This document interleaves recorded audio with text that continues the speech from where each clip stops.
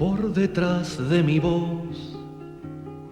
Muy buenas tardes, muy buenos días, muy buenas noches, dependiendo de dónde nos estén viendo o escuchando. Esto es Haciendo Memoria, el programa de Crisol, la Asociación de Expresas y Expresos Políticos del Uruguay. ¿Cómo le va, Fernanda? ¿Cómo le va, Alfredo? Una semana más que nos encontramos con usted en este programa tan querido para nosotras y nosotros. Sí, efectivamente, y hoy ya les vamos anunciando que tenemos a Karina Sosa, presidenta de la Asociación de Trabajadores de la Seguridad Social, con un tema que está en la punta de la discusión para estas próximas elecciones, que es el plebiscito por la reforma de la Seguridad Social o contra la reforma de la Seguridad Social, que la vamos a tener y tendremos varias cuestiones que conversar muy importantes y que además tienen con muchas interrogantes a toda la población. Pero antes tenemos algunas informaciones. Sí, se llegó a las firmas, decíamos, y ahora viene la parte más importante de todo el tema. Ustedes se han comunicado al 091-028-578 y nos han invitado a algunas cosas que nos parece importante reproducirlas. Sí, recuerden ese teléfono porque a través de mensajes de WhatsApp nos pueden mandar todos los mensajes que ustedes quieran y al siguiente programa los leemos o los comentamos.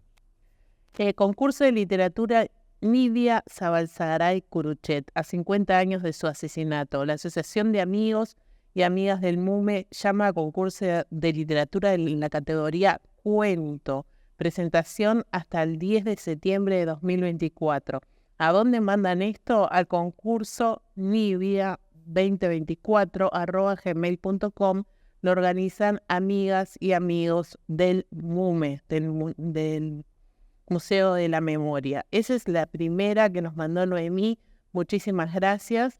Y tenemos otro mensaje, un mensaje María Inés que siempre nos da para adelante y nos escucha siempre por donde sea. María Inés nos escucha por donde sea y se lo agradezco mucho. Homenaje a León Duarte, 1976, 48 años, 2024. Un 13 de julio del 76 desaparece en Buenos Aires dentro del Plan Cóndor, respaldado por Estados Unidos. Nos reunimos el 12 de julio a las 17:30 horas en la sede social de la Asociación de Jubilados de Funza, en Pernas 2484, entre Cabrera y Asilo. Nos los hace llegar Hugo, muchísimas gracias.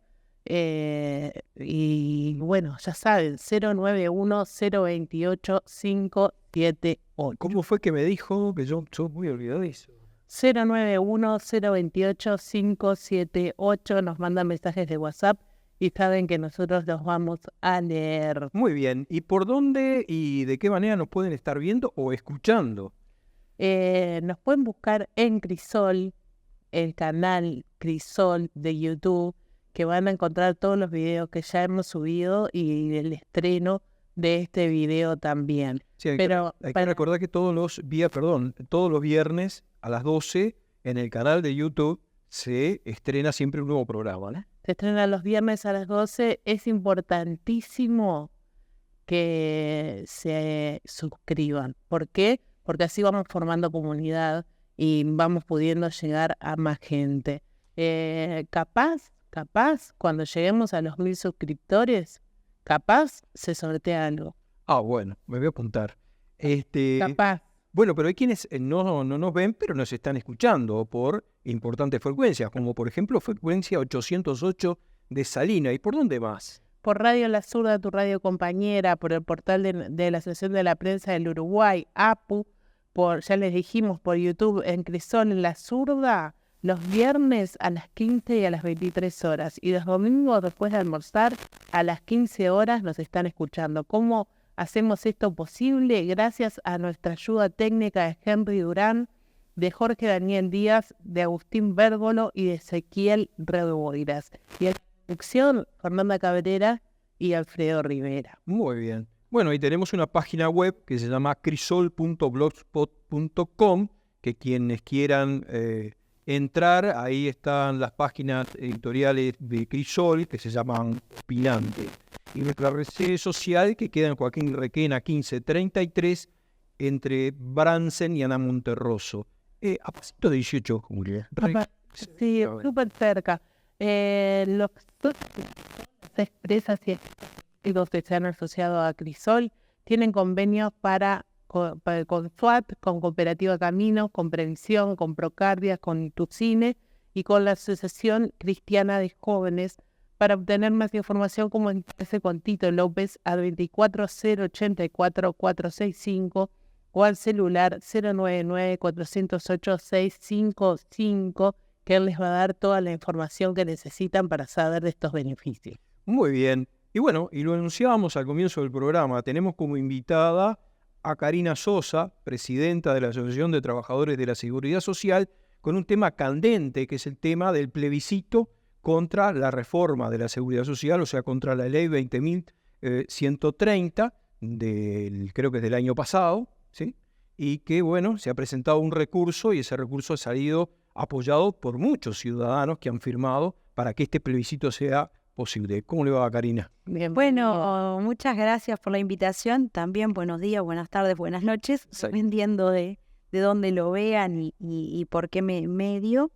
Sí, efectivamente, hay un plebiscito y de chica me enseñaron que se felicita en público y se corrige en privado, pero lamentablemente tengo que corregir algo y lo primero que vamos a decir es que el plebiscito no es contra la reforma jubilatoria, sino que lo que plantea es una reforma constitucional del artículo 67 Bien.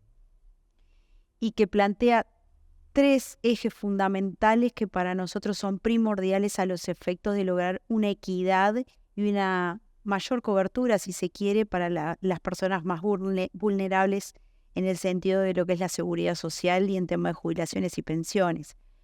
Porque hay que aclarar que la ley 20.130, a la que tú, Alfredo, hacías referencia, es votada el año pasado en mayo y trae algunas cosas positivas, por tanto, estamos de acuerdo con ella. Muy bien, es muy importante la aclaración. La aclaración. Sí, porque hay mucha confusión además en la ciudadanía, ¿no?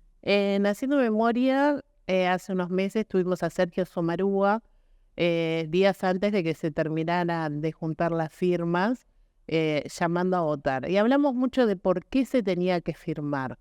Hoy sabemos que las firmas están en la Corte Electoral y que sí va a haber un plebiscito. Ahí vamos a tener que votar todos y todas. Hubo noticias en la prensa sobre el porcentaje de firmas que fueron anuladas. Se habló de firmas truchas incluso. ¿Nos podrías explicar un poquito, aclarar esta situación? Sí, claro. El PIT-CNT con las organizaciones sociales que acompañaron esta propuesta nunca ocultó que había presentado 430.000 firmas aproximadamente, son 430.621, lo recuerdo perfectamente. Ahora, el sistema de control de la Corte implicaba que en una papeleta donde tú tenías 4 espacios para 4 firmas, si llevabas una sola en esa papeleta, el sistema tenía un sello donde ponían por cada renglón una numeración. Entonces, en lugar de contabilizarse el global de las firmas para ellos era superior a lo que nosotros decíamos que habíamos presentado. Por tanto, eso daba lugar a confusiones. Lo hicieron en un entorno de cifrar unas 480, 490.000, que en realidad eran espacios en blanco, muchos de ellos. O una persona que ponía la credencial y se equivocaba, entonces al corregir en el renglón siguiente, el anterior quedaba invalidado. Pero eso no quiere decir que sea una firma trucha. Otra de las casuísticas que se dieron es que la persona que saca la credencial a los 18 años cambia muchas veces su firma. A mí, incluso para ir a hacer un trámite en el banco, a veces tengo que firmar 3, 4 veces porque no me sale igual y el funcionario exige que esté parecida al documento de identidad. Ahora, ¿qué sucede? La cédula de identidad se renueva de forma permanente. La credencial la sacás cuando sos muy joven y puede haber una variación allí. Y la otra aclaración, que no es en desmedro de los trabajadores de la Corte, pero sí, con poca antigüedad, los ponen a hacer una tarea de perito calígrafo y por ahí dudaron un poco en el momento de validar firmas porque no entendieron el concepto general que era respetar la voluntad de la persona firmante y bueno, la anulaban porque no se parecía tanto, porque no tenía una igualdad significativa y eso, bueno, es lo que... Lo que queremos dejar claro que el movimiento sindical y las organizaciones sociales hicimos un trabajo serio y responsable al momento de juntar la firma, igual que vamos a hacer en esta segunda etapa de información y formación hacia la población para disipar las dudas y que puedan votar positivamente en octubre por el sí, ¿no? Sería importante para la audiencia, para los que no saben, qué aspectos plantea esta reforma a la Constitución de la República, porque creo que va hacia la Constitución de la República, ¿no? Bueno, vamos a empezar por el más simple. ¿Y por qué surge esta reforma? De la Constitución, no de la Seguridad Social. En la ley del año pasado, automáticamente se aumentaron 5 años para la causal jubilatoria, sin que eso signifique una mejora en el porcentaje de jubilación que se le asigna a la persona. Y para nosotros esto tiene una complicación, que la tiene también para la OIT, ¿no? Aquella persona que llega a los 60 años en un trabajo de calidad, con un salario decente, en un ambiente cálido en invierno y refrigerado en verano, no llega a las mismas condiciones por lo general que aquellas personas que trabajan a la intemperie, bajo el sol, bajo la lluvia y con otras condiciones en términos concretos de derechos laborales. Entonces esto va a aumentar la cantidad de gente que solicite jubilación por imposibilidad física. No va a llegar con causal normal porque al correrle la edad jubilatoria lo que están haciendo es hacerlo trabajar más tiempo en un ambiente en el que las condiciones psicosociales no están dadas para una buena salud. Entonces esto impacta directamente en la cantidad de prestaciones por imposibilidad física. Ahora bien, la ley lo que hace, además de aumentar 5 años, es rebajar el porcentaje de asignación para estas jubilaciones de personas que se enferman trabajando. Antes de la ley 20.130 y hasta la 16.713, que fue la que creó la SAFAP, el porcentaje del cálculo de la jubilación de esas personas era de un 65% del promedio del cálculo que se utilizaba. No vamos a entrar en detalles para no confundir. Ahora, si la persona tiene 60 años de edad y 30 de trabajo, automáticamente tiene que jubilarse por la común y cobra un 45%. O sea que ya ahí hay un perjuicio directo para personas que están enfermas. ¿Verdad? Lo otro es que la edad jubilatoria, corriéndola, hace que la gente tenga que pagar 5 años más aportes y trabajar 5 años más y hacer que el Poder Ejecutivo, el gobierno de turno, ahorre durante esos 5 años la jubilación que te debería estar pagando. Si bien ahora hay un proceso de compatibilidad entre la jubilación y el trabajo, pero también hay que explicar que no es lo mismo trabajar jubilado cobrando una jubilación mínima que por ajuste a la mínima cobra 18.840, pero en realidad, como se jubiló con 60 años de edad y 30 de trabajo, tiene que cobrar 9.000 y monedas, porque al entrar a la actividad, el trabajador pierde ese ajuste a la mínima y va a cobrar 9.000 de jubilación. Y después tiene que arreglar las condiciones con su nuevo patrón. Y si sigue con el mismo, tiene que tener un periodo de cese de 6 meses, periodo ventana, o sea, lo tienen que sacar del ámbito laboral, se tiene que jubilar, estar jubilado 6 meses y después puede retomar la actividad con el mismo patrón. Y esas cosas yo creo que no están tan claras. No están bien explicadas, sobre todo. No creo que haya gente que pueda estar en contra de eso. Sí, otro de los temas que toca es el tema de la SAFAP. Sí, claro. Por eso yo decía, vamos a ir de menos a más. Exacto. Arranqué por el tema de la edad, que es bien contundente, y ahí le podemos agregar un condimento que es uno de los ataques más notorios que se están recibiendo de parte de los opositores, que son demasiados para un derecho humano fundamental como es la seguridad social, ¿no? Y ahí lo que tenemos que decir es que continuamos con el punto de aumentar las jubilaciones y pensiones mínimas al salario mínimo nacional. Sí, es cierto. Para tener un hilo conductor y después poder llegar al tercer punto, que es el que tiene más controversia y de hecho el que nosotros hemos investigado dentro de la población objetivo y de la ciudadanía toda, y el que tiene menos apoyo, pero porque tiene menos conocimiento de la gente cómo funciona ese sistema.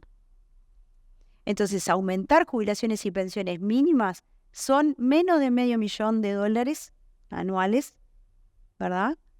Nosotros lo tenemos cuantificado, no somos improvisados, no ocultamos información, simplemente que los promotores de la norma llevaron al Parlamento en febrero de este año unas proyecciones actuariales que parten del Banco de Previsión Social, que técnicamente están bien hechas, pero la cuestión es de dónde parte el cálculo para poder aseverar la catástrofe que están vaticinando.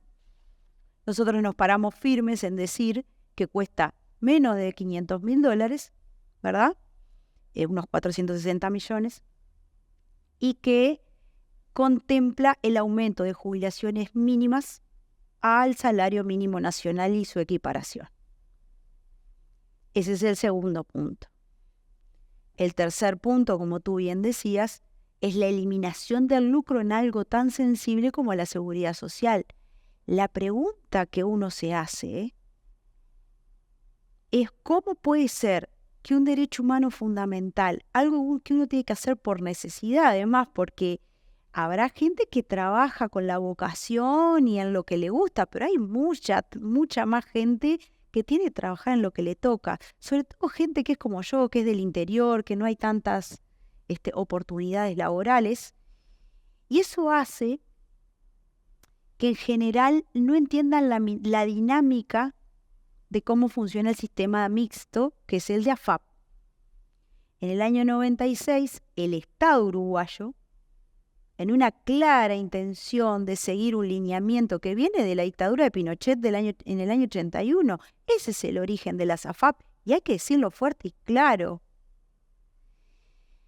Viene a los países latinoamericanos, se instala de 195 países que tiene el mundo, se instala en 30 países con distintos formatos. Algunos, como Chile, adoptaron un sistema globalmente privado, sin participación del Estado, sí en cuestión de controles, pero no en términos concretos de que cuando la persona llegaba a la edad jubilatoria, una parte pagaba el Estado y otra parte pagaba la entidad privada. En Chile era todo privado. Por eso hay que hacer las salvedades del caso, me parece. Y si bien en 195 entraron 30 países, 18 ya deshicieron ese camino, lo desandaron. Y lo dice la OIT. Ya que existe la posibilidad de desandar, porque también te dicen a modo de susto que no se puede volver atrás. Todo se puede en esta vida, ¿no? Yo creo que quienes militaron y quienes pusieron en riesgo su vida para defender los derechos de los trabajadores en los años más oscuros de este país, no conocen la palabra combinada no se puede, el término no se puede, no, es imposible. ¿Qué es imposible? ¿Decirle a la gente que vote en defensa propia? ¿Qué es imposible? ¿Explicarle a una persona que gana 18.000 pesos de jubilación, que tiene derecho a pelear por ganar 22.286? Creo que es casi imposible vivir con 16.000 pesos. Ah, bueno. Oh. Y eso es lo que vale una pensión en este país. Una pensión por discapacidad vale eso. Exacto. Está por debajo de la jubilación. Porque una cosa es tener una jubilación, que es algo por lo que tú pagaste, que se le llama contributivo. Otra cosa es generar una pensión por invalidez, que tal vez pagás, tal vez no, pero no llegas a los años de jubilación y tenés que morir con una pensión. Y hay muchas pensiones. ¿Cómo se invierten los términos, ¿no? Con lo de imposible que tú decías, ¿no? Porque parece que lo imposible es que la sociedad no haga un esfuerzo solidario para tener una mejor calidad de vida de las mayorías, que eso en definitiva es la democracia, pero sí que las mayorías no puedan llegar a fin de mes es algo normal, como una cuestión rara. Se normaliza la pobreza, se normaliza la explotación de los trabajadores, se normaliza hay que trabajar porque a mí ningún gobierno me dio nada. Son términos muy simplistas en los que uno no puede entrar, pero sí puede hacer un análisis básico y decir, bueno, ¿es normal que yo me levante todos los días a las 6 de la mañana para sobrevivir y ir a trabajar 8 horas, volver a mi casa, En el caso de las mujeres, sobre todo, hacer la comida, limpiar la casa, tener la ropa limpia, que los chiquilines vayan a la escuela. Se normaliza todo eso en este país. Y parece que los pobres están condenados a cumplir con ese mandato social. Y hay otro tema. Pobres sabemos mucho. Y a la medida que multiplicamos la cantidad de pobres por lo que ganan y les descontamos y les recortamos porcentajes, y bueno, la bolsa se vuelve grande, ¿no? Hay unos intereses muy creados que nosotros tenemos que tratar de desbaratarlos y de hacerle conocer a la población a dónde va su dinero. ¿Ustedes saben a dónde va el dinero de la SAFAP? Sería interesante que tú nos contaras. Bueno, entonces si así lo quieren... Porque eso es lo que la gente por lo general no sabe. Inclusive ese argumento de que ese es mi dinero, es mi ahorro personal, como si ese dinero se pudiera retirar de esa FAP. ¿Se puede retirar tu dinero personal de una FAP? Bueno, no se podía. Ahora se puede retirar un 9% si tú te quedaste trabajando a pesar de tener derecho a jubilarte más allá de los 3 años. O sea, si tenías 60 años de edad y 30 de trabajo y te quedaste trabajando hasta los 63 años de edad, te retornan un 9% del capital que tenés. Y eso es una innovación. Y eso no vino porque sí. Vino porque las AFAP vaticinaron el peligro que era el plebiscito para ellos en términos económicos y empezaron a poner zanahorias delante de la gente para que la gente corra detrás de ellos. Eso es que es muy interesante porque mucha gente, alguna gente, afirma de que no, mi dinero, yo no quiero que todo ese dinero mío esté entreverado con el de otro porque yo hice X sacrificio en mi vida y lo quiero tener desde el punto de vista personal. Como si mañana o pasado yo todavía no me puedo jubilar, pero lo quiero retirar de la FAP y lo puedo retirar. Es imposible. No, tiene fines previsionales. Esta salvedad que yo mencionaba es una, pero tenés que estar trabajando 3 años más. Yo creo que las personas cuando llegamos a esa edad queremos disfrutar, queremos vivir la vida, disfrutar de los nietos, porque a los hijos ya los tuvimos que criar trabajando. Entonces, cuando llega el momento tenemos que poder decidir. Porque otra cosa que también hay que dejar claro, votar el sí por el plebiscito no es condenar a la gente a tener que irse a los 60. La gente puede decidir si quiere seguir. Esa era la otra pregunta que teníamos para hacerte, porque se dice mantener la edad jubilatoria a los 60 años y no ir a los 65 como plantea la ley que mencionábamos. Pero si uno llega a los 60 y quiere seguir trabajando, lo puede hacer. Ningún problema. Si hay algo que nosotros defendemos es el principio de libertad, el derecho humano fundamental como en sí mismo, ¿no? Y justamente yo creo que uno en la organización de su vida tiene que tener derecho a poder elegir. Además que hay que agregarle un condimento a ello, ¿no? En campaña electoral nosotros escuchamos a un presidente de la República que nos prometió que a quienes estábamos trabajando no nos iba a perjudicar con eso. Es verdad. ¿En base a qué? Al asesoramiento del redactor de la norma del 95 y el redactor de la norma del 2023. El principal asesor. La cabeza, digamos, de la comisión de expertos.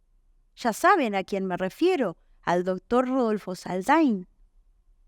Él supuestamente era su asesor en campaña electoral y no le dijo, no digas eso porque no lo vas a poder cumplir. Ahora bien, llegó a la presidencia y lo primero que hizo fue aumentarnos 5 años de trabajo a los trabajadores y trabajadoras, ¿no? Yendo a eso y entrando un poco a los argumentos de quienes se oponen a este plebiscito, por ejemplo, Ignacio Munjo habla sobre el tema del retiro a los 60 años y dice actualmente que es un aumento del gasto por la baja de edad de retiro, un incremento del gasto estimado en el entorno de los 3.000 millones de dólares, el 4% del Producto Bruto Interno, incluyendo al Banco de Previsión Social, a las cajas militar, policial y paraestatales. Este es uno de los... Sí, el 4.4 dice exactamente. También sé de quién hablan, es otro actor que para mí orbita en lo más operador, digamos, porque es el director de Ceres, ¿no? Sí. A ver, el referido doctor Muncho, yo lo que veo es que él asesoró a la comisión de expertos. Y si uno entra a la página web, hay un documento que él hace muy, muy ilustrativo de la SAFAP en este país. Y lo primero que dice en el segundo párrafo es que hay que mejorar las condiciones para los trabajadores porque son los que se ven perjudicados. Los más perjudicados son los trabajadores que aportan menos, dice. Lo dice en el segundo párrafo. Vamos a hablar, ahora nos vamos a una tanda y vamos a dejar a Rodolfo Saldain para Yo tengo la tanda. más Muncho para después, Hay un montón. porque creo que es importante todas estas cuestiones que se lanzan a nivel general, porque la gran interrogante que me viene cuando escucho a favor y en contra es de que se dice de dónde se va a sacar el dinero. Bueno, ahora lo explicamos. Si justamente el dinero sale del mismo lado, si hay quienes aportan más, quienes aportan menos, si hay algún tipo de injusticia, no sé, pero lo dejamos para la próxima espacio, después de una pequeña pausa, ¿no? Y Una seguimos más. tandita y seguimos con Karina en Haciendo Memoria. Muy bien.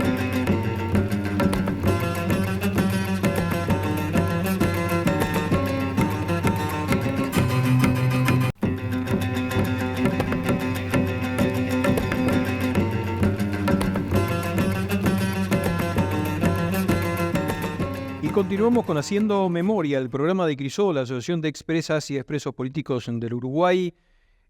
En este momento con la invitada Karina Sosa, presidenta de la Asociación de Trabajadores de la Seguridad Social. Bueno, y nos están viendo y escuchando por...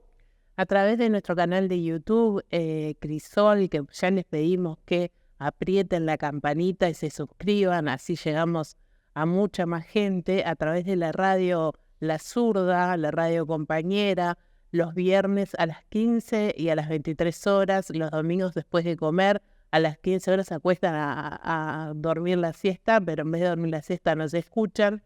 Y en la frecuencia de 808 de Salinas también pueden escuchar y le prometemos los horarios para más adelante. ¿Se acuerdan que habíamos hablado del taller de inclusión digital para adultos mayores? Bueno, empieza este lunes 15 de julio y sigue en agosto y septiembre. Los cupos ya están llenos. Les agradecemos muchísimo que los hayan llenado en la sede social de Crisol, que ¿dónde es? Bueno, es en la calle Joaquín Requena, a pasitos 18 de julio. Joaquín Requena 1533, casi Bransen, que es lo mismo decir casi 18 de julio. Ahí va. Muchísimas gracias por eso, Karina. Gracias por esperarnos. ¿No? Muy bien, y veníamos justamente hablando de los 3 puntos que plantea el plebiscito, que es el mantener la edad jubilatoria de los 60 años, el mínimo igual, el mínimo jubilatorio igual al salario mínimo nacional y el tema de la SAFAP. Y estábamos justamente con algunos de los argumentos que manejan quienes están en contra de esta inclusión o modificación de la Constitución. Y hablábamos justamente de los gastos que se dice que esto ocasionaría al Banco de Previsión Social y que parecería como una especie de catástrofe, ¿no? Sí, justamente es la palabra que utilizan, y nosotros estamos afianzados en nuestro razonamiento de que derivar 1.500 millones de dólares a la SAFAP por año son suficientes una vez que retornan al BPS para subvencionar estos 460 millones de dólares de los que yo hablaba al principio. Incluso nosotros tenemos una asistencia financiera en materia de seguridad social, jubilaciones y pensiones, que también podría solventarse con eso y nos quedaría plata a favor para poder enfrentar lo que hoy están tratando de poner como una decisión de a ver quién pasa hambre. ¿Pasan hambre los jubilados o se atiende la pobreza infantil? Y ahí un apunte. En la mayoría de los hogares pobres hay un jubilado que tiene un ingreso fijo y hay padres pobres que están desempleados o haciendo la diaria para mantener básicamente a su familia, ¿no? El 40% está probado que tienen ese formato de núcleo familiar. Ahora una pregunta, ¿todos pagan lo mismo al Banco de Previsión Social? O sea, ¿todos los trabajadores aportan igual al Banco de Previsión Social? ¿Los grandes empresarios pagan mucho más o pagan igual o menos que los trabajadores? ¿Cómo es el asunto? Porque a veces parecería como que el Banco de Previsión Social tiene que ser solo financiado por el trabajador que aporta y nada más. No parecería. Esta reforma lo consolida. Y no solo consolida eso. ¿Cómo es eso que esta reforma... Claro, la reforma de la 20.130, porque a partir del 1 de diciembre del año pasado, cualquier trabajador de cualquier rama de actividad de la caja que se les ocurra, ingresa obligatoriamente al sistema mixto. Hasta el 30 de noviembre, los únicos que teníamos ahorro individual y ahorro colectivo éramos los que estábamos en la órbita de BPS. Ahora, las paraestatales y el Servicio de Retiro de Fuerzas Armadas, la Caja Policial, también entran en esta dinámica. Y adivinen una cosa, hay un artículo en la ley que obliga a rentas generales a derivar el aporte obligatorio de todos esos trabajadores a la SAFAP a la caja de referencia. Y eso cifra muchos millones de dólares. Me encantaría que Muncho lo traiga a colación cuando habla sobre seguir manteniendo este sistema.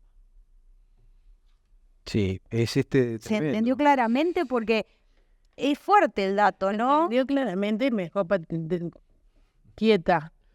Es fuerte el dato porque quiere decir que te condenan a un sistema que ya supimos sufrir en el Banco de Previsión Social, de que tu jubilación a la larga va a ser menor porque el Estado, en eso de sacarse la responsabilidad que yo hablaba, le asigna a la renta vitalicia un papel preponderante en el cálculo de tu jubilación, y el BPS está pagando hoy en promedio más de 30.000 pesos por mes por jubilación. En promedio, ¿verdad? Adivinen el promedio de la SAFAP. Apenas supera los 7.000, 6.000, anda orbitando entre 6 y 7.000 pesos. Y a las dos le pagaste lo mismo, a BPS y a la FAP. ¿Cuál es la explicación a eso? Y está siempre el verso de es tu ahorro, estás ahorrando para cuando te jubiles poder darte la gran vida. Bueno, ahí hay que explicar esto. Cuando el BPS te hace el cálculo sobre tu aporte real, te está haciendo el cálculo sobre la parte que vos pagaste a BPS. Por tanto, uno entendió cuando en el 96 aparecieron estas empresas que orbitan en el ámbito privado, que iba a tener dos jubilaciones iguales. Y eso en la teoría queda hermoso, pero en la práctica no sucede. Pídanle recibo a cualquier jubilado del sistema mixto y van a ver que lo que yo digo se comprueba por la vía de los hechos. Por eso a la población decirle, miren su recibo de sueldo, analícenlo, vean que tienen una jubilación X y tienen un decreto y una ley que ajustan a mínima 18.000. Estoy hablando de los que cobran la mínima, ¿no? Y después la FAP. Hay gente que cobra 126 pesos por mes por la FAP. Y hasta un 60% de la gente cobra menos de 5.000 pesos por mes por AFAP. Sin embargo, el BPS te garantiza 18.840. Una pregunta, ¿la SAFAP, igual que el Banco de Previsión Social, da algún otro tipo de servicio al que aporta a la FAP? Por ejemplo, seguro por maternidad, otros servicios. En esta concepción de que la gente dice carecer de información al respecto de la reforma del plebiscito, de la reforma del artículo 67, nosotros traemos ese tema a colación. El BPS tiene una infinidad de prestaciones que solventa con el dinero de la gente. Aporte del trabajador, aporte del patrón, que hay que decirlo, en la órbita de la industria y el comercio, que es la mayor cantidad de puestos de trabajo, pagan la mitad que los trabajadores. Y los grandes empresarios que tú hacías mención, Alfredo, hoy, en algunos casos pagan 0 pesos a la Seguridad Social porque están totalmente exonerados. Si quieren, puedo dar un ejemplo. Yo soy docente de primaria y soy docente de un colegio privado. En primaria, la institución pública donde yo soy maestra me paga a mí por mi trabajo, le paga al BPS el 19,5 de mi sueldo, por concepto de aporte patronal. El colegio privado paga 0. Ahora bien, ¿por qué elegí a la maestra? Porque tiene servicios bonificados. Y acá vuelvo al tema de la edad. Tanto no obliga a la persona a irse a los 60 como tampoco le impide a las docentes retirarse por sus servicios bonificados antes de los 60 años. Por tanto, la libertad se sigue respetando. Entonces, en ese marco, yo, docente que me quiero jubilar, antes de esta reforma, tenía un servicio bonificado que me contabilizaba la edad y los servicios. ¿Qué quiere decir esto? Tanto me sumaba años de trabajo como años de edad para calcularme la jubilación. Entonces, en el BPS, a más cantidad de años de trabajo y a mayor edad, mayor porcentaje de jubilación. Y en la FAP también. ¿Qué pasó? En el ámbito privado no pagan aportes patronales, pero sí pagan la compensación por la bonificación. El Estado no, pero paga más aporte patronal que nadie. Entonces, ¿cómo?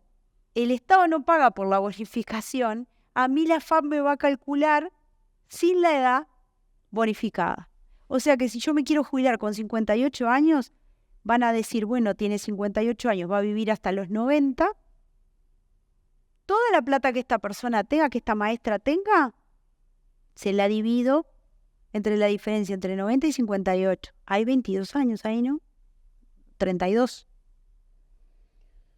42, no sé, 58 y dije 90. No. Bueno, 32. Entonces, yo tengo un dinero que si me siguieran calculando de la misma forma que antes, me lo calcularían por la edad bonificada. Y eso hace que se divida en menos cantidad de años, 60 y pico. O sea que achico esos 32 años y me lo dividen en 20 y pico. Me va a dar más promedio mensual por mes. Y eso es algo que trae la ley y que muchas docentes no saben. Tremendo. Ahora, otro de los argumentos que se maneja, también Ignacio, que lo maneja Ignacio Munjo, es sobre una especie de catarata de juicios que van a venir. Y concretamente dice, habla de potenciales juicios al Estado. Es factible, dice, que afiliados inicien demandas por la confiscación del ahorro administrado por la SAFAP, que él dice que son 22.000 millones de dólares, y las AFAP podrían hacer lo mismo, reclamando lucro cesante por las comisiones previstas hasta el retiro de los afiliados. Esto de los juicios lo he escuchado muchas veces, y también la palabra confiscación, que es casi una palabra, cuando la gente lo escucha, es casi escuchar la palabra robo. Sí, claro. ¿No? Sí, nos tratan de ladrones, claro que sí. Ahora, nosotros establecimos un mecanismo en la papeleta que vamos a defender a ultranza, ¿no?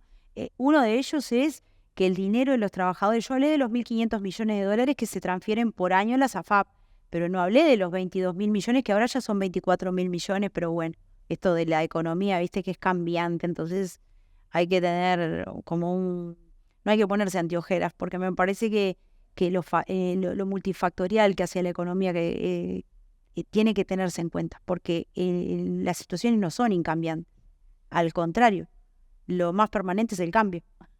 Entonces, reducir esto a la síntesis de que existe un fideicomiso, que es un instrumento que utilizaron para los cincuentones, donde sí le confiscaron a la gente un 10% de sus ahorros cuando hicieron el pasaje de aportes al Banco de Previsión Social. Ahora, ¿cómo sería de bueno que la gente eligió pasarse solo al Banco de Previsión Social porque perdía entre 20 y 30 mil pesos por mes de jubilación? Aún sacándoles el 10%, ¿eh? Artículo 16 de la ley 19.590. Ahí Muyo no dijo nada. Otra cosa. Vamos a usar los 1.500 millones por año, porque son recursos genuinos del BPS. Ahora, nadie habló de que vamos a tocar lo que entra dentro del fideicomiso, que son justamente esos 24.000 millones al día de hoy. Eran 22.000 al año pasado.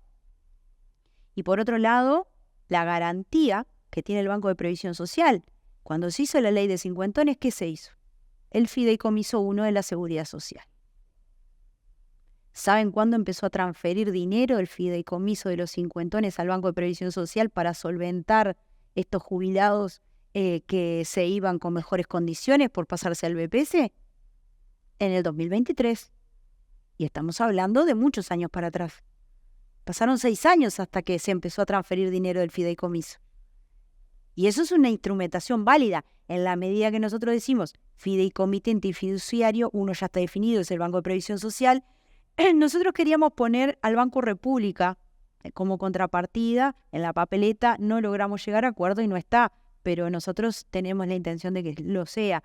Por esto de la confianza que tiene la gente en las instituciones públicas, ¿no? En BPS la gente confía, Banco República confía, ahora no confía en las AFAP, porque lo demuestran las mismas encuestas que hizo la Comisión de Expertos. Exacto, pero además la vida y la historia comprueban algunas cosas que son objetivas, porque cuando han habido crisis económicas en este país, el único que ha podido sacar la cara por los depósitos de la gente ha sido el Banco República, por ejemplo.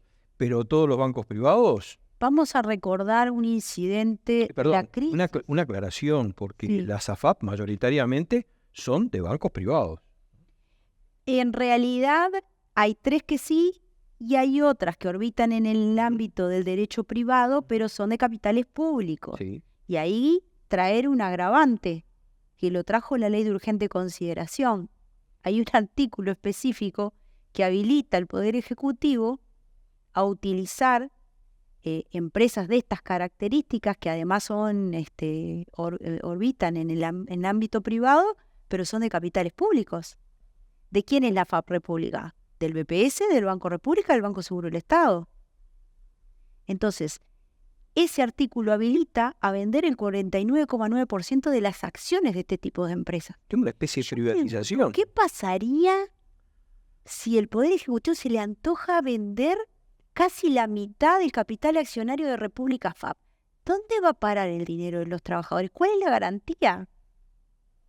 Y eso tiene que verlo la gente, porque dice, es mi plata. Sí, es mi plata en la medida en la que el banco subsiste y en que no te venden la mitad de República FAP al extranjero. Pero ¿y si lo deciden hacer? Pueden, porque las leyes lo habilitan. Por eso esto de también ponerlo en la Constitución, que es otra de las críticas que nos hacen, Sí. de que es algo tan duro, tan restrictivo. Si no le ponemos los 60 años, también la ley habilita que en el estudio de la expectativa de vida, hoy el retiro a partir del 2033, recién no hoy, a partir del 2033 sea a los 65 años. Que tampoco, porque los que empiezan a jubilarse con esa edad son los que nacieron en el 71 y hay como una dinámica de gradualidad hasta llegar a los 65. Entonces, aclaremos porque no es fácil que la gente lo comprenda, pero sí es importante que lo haga. Sí, Rodolfo Salday, justamente hablando de eso, dice que la propuesta de la Central Sindical plantea realizar cambios en la Constitución que implican que un régimen para mayores de 40 años pase a ser rígido, hablando de la rigidez, ¿no? Bueno, pero lo que pasa que es lo que yo te digo, el movimiento sindical lo que intenta es garantizarle a la población que pueda a los 60 años, si quiere irse a su casa a disfrutar de la vida, puede hacerlo. No le impide que siga trabajando, tampoco le impide retirarse antes si tiene las condiciones. Lo que no quiere el movimiento sindical y las organizaciones sociales es que en este estudio de la expectativa de vida, hoy sea 65 la edad de retiro a partir del 2033 progresivamente, como lo mencioné recién, pero tampoco quiere que un poder ejecutivo se levante con la intención al otro día, decir, mirá, la expectativa de vida aumentó, o sea que ahora no va a ser más 65, va a ser 67 o 69 o 71 o 78, o que la gente se muera trabajando. Y puede hacerlo. Karen, yendo a lo práctico, lo que decíamos, hay plebiscito y ahora hay que hacer campaña para ese plebiscito, un plebiscito que se va a votar, que eso es importante, junto con las elecciones nacionales. Va a ser una papeleta que se va a tener que introducir en el sobre junto con las elecciones nacionales. Van a hacer una campaña, van a recorrer el país. La cuestión acá es la limitación de los recursos económicos y todo lo que conlleva una campaña, pero sí, claro que la vamos a hacer de la misma forma humilde que hicimos la anterior, que no fue con bombos y platillos. Yo creo que ustedes vieron que fue muy austera. tratando de llevar información clara y precisa, como en estos espacios que agradecemos mucho tener. Y lo importante a destacar acá es: todo ciudadano y ciudadana tiene derecho a ejercer la democracia directa. Un partido político no te puede condicionar a decirte qué hacer. Si bien nosotros sabemos que no tenemos el apoyo político en su mayoría, también sabemos que la gente no es un rebaño y que tiene que luchar por sus propios derechos. Entonces, la propuesta del movimiento sindical y de las organizaciones sociales, porque no hay que olvidarse que también está FUGBA, FEU, que son los estudiantes, la juventud, que es la que se va a ver más perjudicada, porque la juventud arranca con trabajos muy precarios, y en este espíritu de que, bueno, los vamos a hacer trabajar hasta que se mueran, capaz que trabajan en negro incluso. O sea, no hay que fomentar eso, al contrario, hay que ir hacia la formalización y al trabajo digno, y no esperar a tener 40 años para tener un trabajo como la gente. Entonces, llegar a toda la población, informar de qué va esto, como lo estamos haciendo en esta mesa, y entender también que los opositores, los grandes opositores a esta reforma, tienen una clara intencionalidad, y es defender a unos 30.000 trabajadores que ganan por encima de 256.000 pesos. Bueno, justamente relacionado con eso, hay una frase de Munjo en sus 10 puntos contra este plebiscito, que a mí que siempre me llama mucho la atención, y creo que está conectado con esto que tú estás diciendo, porque dice: reducción del ahorro privado, dice como título, y dice a continuación: ante la prohibición del ahorro privado, las personas de mayores ingresos buscarán alternativas en el exterior, tal como lo demuestra la evidencia internacional. ¿De qué gente me está hablando? Y le está hablando de los ministros, de los diputados, de los senadores, de los gerentes de la SAFAP. Justamente de esas personas le está hablando Munjo. De los grandes opositores, de los que tienen a toda la academia económica enloquecida trabajando en contra, y todos los medios de poder, incluyendo la prensa de los medios masivos. Entonces, vamos a explicarlo. El otro día miraba el recibo que publica Presidencia del Presidente de la República. 1.007.000 pesos cifraría su ingreso, lo cual estaría grabado para el BPS hasta 900.000 pesos aproximadamente. Ahora, el presidente paga si quiere por encima de 256.000 pesos, porque si no quiere, se guarda el Montepío en el bolsillo, porque es voluntario. Si él quiere seguir ahorrando en la FAP, lo puede hacer, pero nadie lo está obligando. El ahorro individual obligatorio es hasta 256.281 pesos. En la medida en que él retira ese ahorro, si decide hacerlo, que nadie dice que lo esté haciendo, hay dos consecuencias. La primera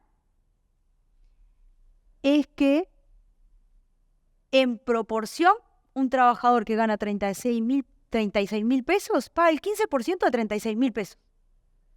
Ahora él, que el sueldo líquido, aún dejando el ahorro, es 500.000 y pico, se los queda en el bolsillo los 500.000. Suponemos que no retira el ahorro, pero si lo retira, termina pagando más o menos en la órbita de un 6% del total de su ingreso.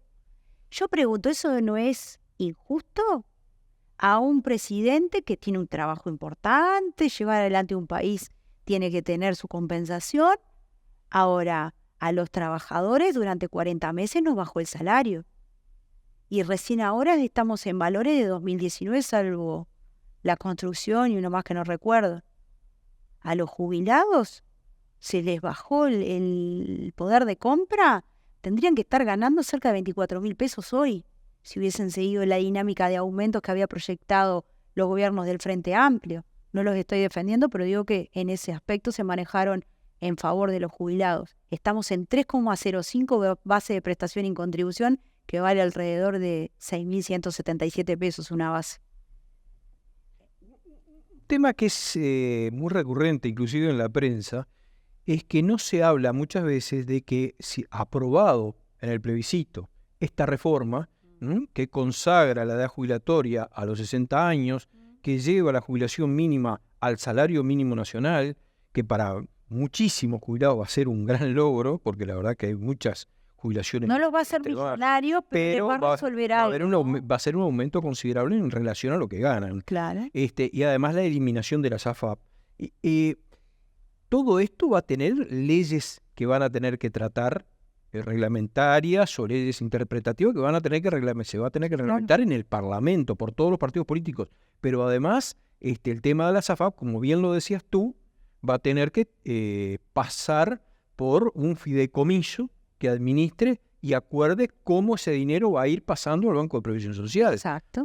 Pero explícale un poquito, porque la mayoría de las personas creo que hay una gran confusión con esto, y muchos, que a veces ganan muy poco, creen que le van a arrancar su jubilación del bolsillo. Sí, es tremendo. Yo creo que la peor de las convicciones que tiene la gente es creer que tiene millones de dólares en las AFAP. Y cuando va a la puerta y golpea, cuando le toca llegar a la edad jubilatoria, se da cuenta que va a cobrar 600 pesos por la AFAP, 500 pesos, 2.000 pesos en el mejor de los casos. Y el promedio, como yo decía, de entre 6 y 7 mil pesos. Hay muy poca gente que cobra bien por la AFAP. Y aunque cobre lo mismo por AFAP y BPS, que eso solamente se daba en los casos de jubilaciones por imposibilidad física que tenían un tratamiento diferente y en sueldos muy mayores. No estamos hablando del 25.000 pesista, que hoy en este país hay 500.000. Estamos hablando de gente que gana por encima de 200.000 pesos. Entonces, aclarar lo de los juicios también hay que aclararlo. La cuestión es así. Fíjese, persona, cuánto dinero tiene en la FAP, divídalo en 30 años de expectativa de vida y más o menos calcule cuánto va a tener al final de su carrera laboral y vea que son monedas. Porque la papeleta asegura dos cosas. La primera, no van a haber juicios por lucro cesante, lo dice claramente, y eso lo quería aclarar porque es importante. La segunda, no habrá pérdida ni menoscabo para ningún trabajador, lo cual quiere decir que si yo por BPS y AFAP tenía que ganar 25.000 pesos, la garantía está en la papeleta también, porque allí hay referencia a los jubilados del Banco de Previsión Social, porque también nos dijeron que estábamos privilegiando los derechos de la caja militar. No, hay que leer el texto completo. En la papeleta dice ley 1673 y 18395, que son explícitamente para los trabajadores que orbitan en el BPS. Entonces, esas cosas hay que tenerlas muy claras y bueno, y poder explicarlo de forma eficaz, Sí, ¿no? desgraciadamente estamos llegando al final del programa y aquí además se hablan un montón de interrogantes, inquietudes, pero no va a ser la última vez que te tengamos acá. Seguramente te vamos a tener a ti y a otros compañeros. Con mucho gusto. Estuvimos pensando inclusive en algún momento de traer a alguien que defienda El plebiscito. en Que contra, esté en contra del plebiscito, exactamente, claro. pero no hay mucho quórum en el ambiente para venir a polemizar, pero vamos a ver, porque no se sabe, ¿no? Nunca se En el sabe. futuro. Bueno, te estamos agradeciendo desde ya porque estamos llegando al final, ¿no, Fernando? Estamos llegando al final y bueno, sí, queremos agradecerte y también a pedido de una vuelta en algún momento antes de octubre. Es importante, quiero remarcar que todos y todas tenemos que votar si queremos o no queremos, pero que va a ser una votación obligatoria la del plebiscito. Eso me parece importante decirlo, que va a ser en octubre, que va a ser junto con las presidenciales, con todo el problema dinámico que eso genera y práctico, pero que vamos a tener que elegir si queremos o no queremos seguir así. Bueno, muchísimas gracias. La agradecida siempre somos nosotros, en realidad, por estos espacios, por la cordialidad, por las preguntas y sobre todo estamos comprometidos a volver cuando ustedes así lo requieran, sin duda. Perfecto. Karina Sosa, presidenta de la Asociación de Trabajadores de la Seguridad Social, te agradecemos muchísimo por haber estado aquí en Haciendo Memoria, el programa de Crisol, y nos tenemos que despedir, porque ya tenemos segundos. Nos tenemos que despedir. Por verdad, memoria, justicia y nunca más terrorismo de Estado. Crisol está más que nunca en lucha para que los más infelices sean los más privilegiados. Hasta la próxima.